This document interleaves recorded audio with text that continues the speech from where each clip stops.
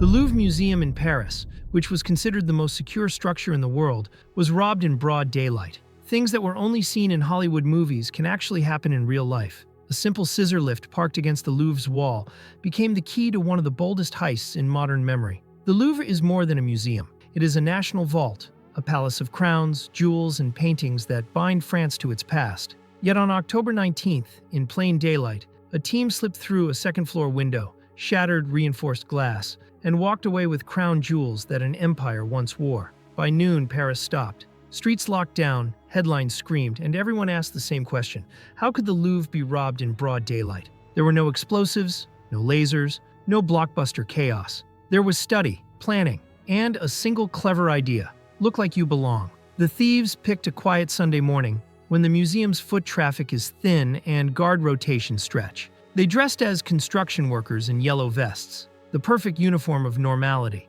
They rolled a legitimate scissor lift to the facade, exactly where a lift would not raise suspicion because of ongoing work nearby. Ordinary tools and ordinary schedules became camouflage. Their target was the Galerie d'Apollon, a hall that holds the French crown jewels, tiaras, brooches, necklaces tied to emperors and empresses. It sits deep inside the museum, barely a stone's throw from the Mona Lisa, behind thick glass, motion sensors, and vibration alarms. Guards patrol with military precision. This is the place you would think impossible to touch, which is exactly why they chose it. At 9:30 a.m., figures rose to a second-floor window. A blowtorch blinked. Grinders bit into glass. Sparks lit marble and set off alarms. Reinforced cases, built to resist brute force, were reduced in minutes. A tourist's shaky video shows a silhouette hunched over a case, sparks flying, history being unstitched in real time. 9 jewels vanished into bags. A tiara that once crowned an empress, a brooch from Napoleon III's court, personal pieces of Empress Eugénie. Alarms screamed, and protocol sealed the wing. Guards evacuated visitors, locked zones, and waited for police. Confrontation was never the plan. Containment was. By the time the museum staff reacted, the crew was gone. Back through the window, down the lift, and onto 2 scooters that tore through Paris before most people even knew what had happened. One 19th-century crown tumbled free and was later found cracked in an alley like a discarded toy. Forensics took prints from the lift controls and pulled CCTV from every angle. The lift had been rented days earlier under a fake name. The delivery truck was hijacked, repainted, and given stolen plates. This was not amateur work. It was a military-grade smash and grab executed with urban cunning. The hard truth now is this: famous jewels cannot be sold whole. Auction houses, museums, and insurers flag them. Collectors avoid them. That leaves only ugly, fast options for thieves. Break them down, melt the metal, recut the diamonds, and sell fragments into anonymous markets. Or smuggle pieces out of Europe and wait for the heat to cool. For investigators, the first week is everything. Recover the items quickly and there's a chance to restore them. Wait, and the trail grows cold. History dissolves into raw material. The political fallout was immediate and fierce. For France, this was humiliation, not just loss. Leaders denounced the theft as an attack on national memory. The outrage intensified because this was not an isolated event. Other Paris museums had already been hit in recent weeks. Pressure mounted on the police and Interpol. The message was clear: stop the pattern, catch the crew, or admit that even the most fortified places are vulnerable. History offers a painful reminder. In 1911, Vincenzo Peruggia walked out of the Louvre with the Mona Lisa tucked under his coat.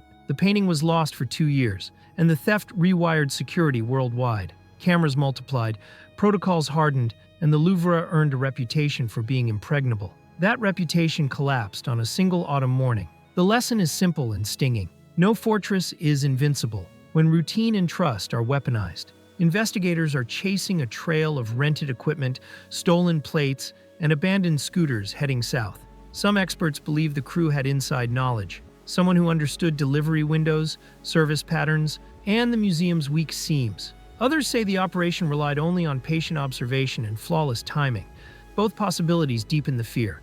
Either institutions leak secrets through routine access, or skilled teams can map and exploit security purely from outside. For museums worldwide, the fallout will be costly and moral. How do you keep art accessible when showing it invites risk? Will galleries add more barriers, fewer openings, and heavier vetting for every service provider? The balance between public access and artifact safety will be tested.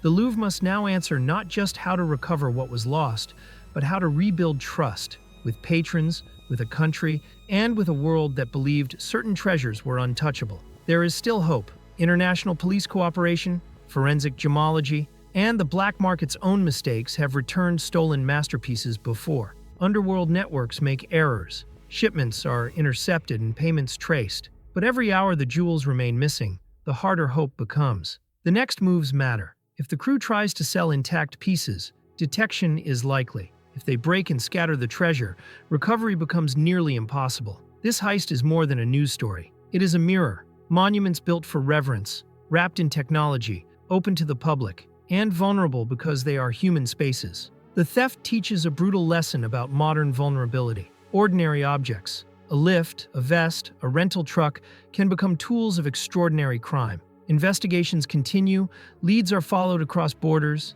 and the world waits. Will France recover its crown jewels, and with them a piece of its dignity? Or will these icons of history vanish into anonymous metal and stones? Time will tell. Every hour that passes makes the answer harder.